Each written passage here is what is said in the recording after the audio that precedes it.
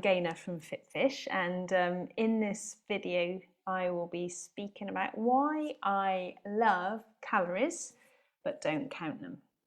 Now, I went out for dinner on Friday night and I went to a Beefeater, and I don't know if I haven't been out for a while, and I certainly haven't been to a Beefeater for a while. I don't know if it's a new thing, but all the calories are on the menus. How do you feel about that? I'd be really interested to know how you feel when you go out to a restaurant for dinner or a cafe about calories being on the menu. Do you find it helpful or unhelpful?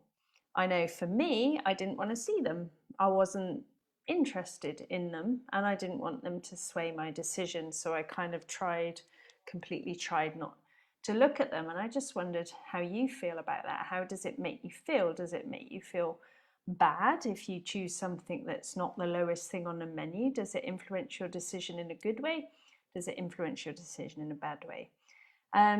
So in my teaching at FitFish and through the Healthy, Whole and Free course, what I do is help you to work out what you really want and the choices that you really want to make, and work out why you're not making them, and give you the tools to make them, to make those choices that you as an adult, bigger picture, want to make, and not the decisions perhaps that in the moment you make.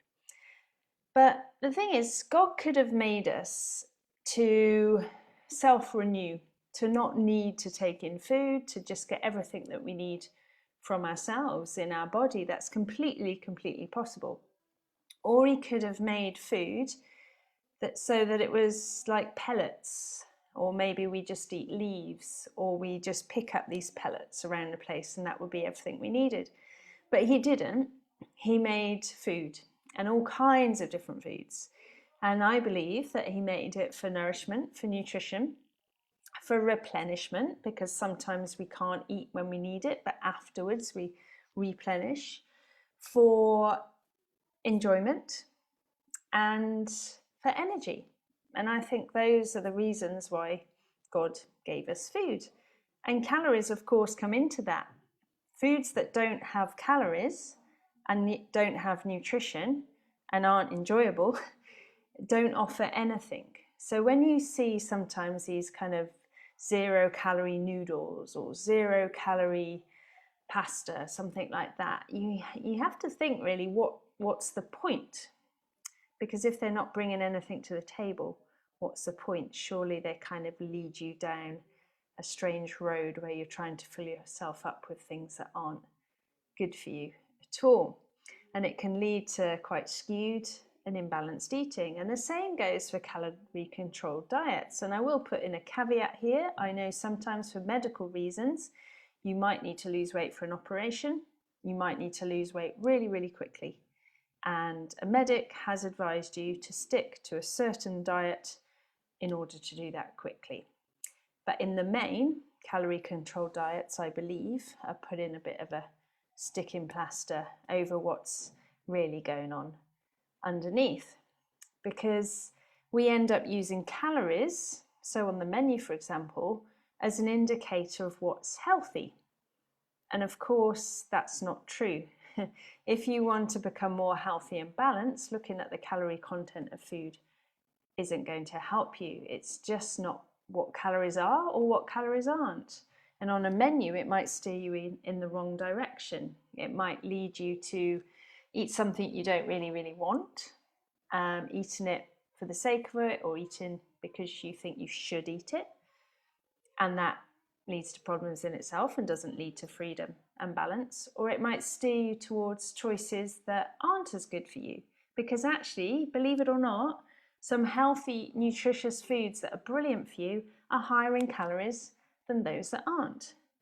So it's not the whole picture. Calories just aren't the whole picture. And in general, it doesn't help. Seeing calories can make you feel guilty. It can lead to a bit of a guilt trip either at the time or afterwards. And that's not what we want. It can mask what's really going on. What are the real reasons why you're not eating in a healthy, balanced way that you perhaps want to? What's really going on underneath? Why are you making choices that go against what you really want? Is it emotional eating?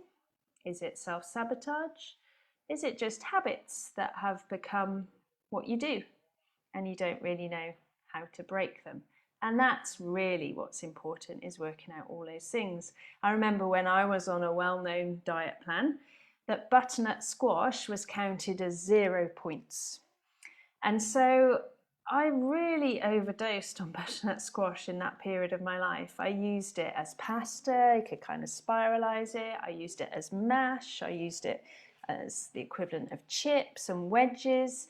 And the boyfriend I was with at the time joked that I should plough my small garden and literally plant butternut squashes in rows and rows and rows. And I ate so much of it that for a few years I couldn't even eat it at all. The texture and everything, I just went completely off it. But because it was very low calorie or no point, I thought it was the thing to eat. And of course it brings other things to the table and it does have nutritious value in it, but it made me off balance. It made me off kilter. It made me eat for the wrong reasons because I thought, well, it's low calorie. So I hope you catch my drift. I hope you see that counting calories isn't really helpful to the bigger picture. And awareness, of course, that, you know, a Mars bar doesn't have much nutrition in it and is quite high in energy. That's fine, an awareness, but you don't need to know the ins and outs so much so that it affects your choices that you make and takes away freedom. So what can you do instead? What if you do need to lose some weight? What if you do need to get healthier? What can you do? Well, I highly recommend doing something really loose that encourages you to be healthy and balanced, or more healthy and balanced, but doesn't have this kind of strict line so that you'll get the whole guilt trip afterwards. So something like saying 80% of the time you eat natural unprocessed foods, 20% of the time you enjoy other things. Or mainly eating from God's plate, or mainly eating vegetables and then filling up with a few other things too. Whatever works for you to mainly be healthy, but not have those strict rules and those strict numbers. Like there was one point in my life where I could probably tell you the calorie content of most foods because I was too aware.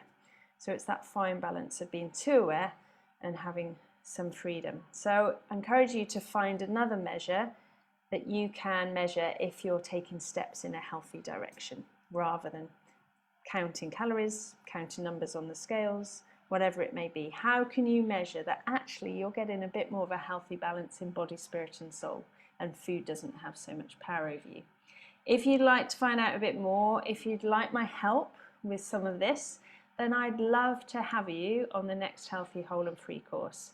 And that starts on Wednesday, the 4th of May. We have live teachings at 8 p.m. on a Wednesday evening, but if you can't make them live, absolutely fine, they get recorded.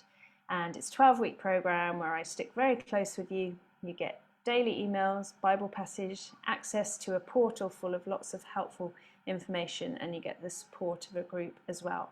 And I will help you to work out what's going on and why you don't have freedom in this area, and then we can deal with it and you can move forward into freedom. So I'd love to have you on that. I'll put the link in the comments. But for now, let me know, how do you feel about all that? How do you feel about calories on the menu, etc.? I'd love to know. Okay, well, it's been brilliant to be with you. As always, take care and I will see you soon. Bye-bye.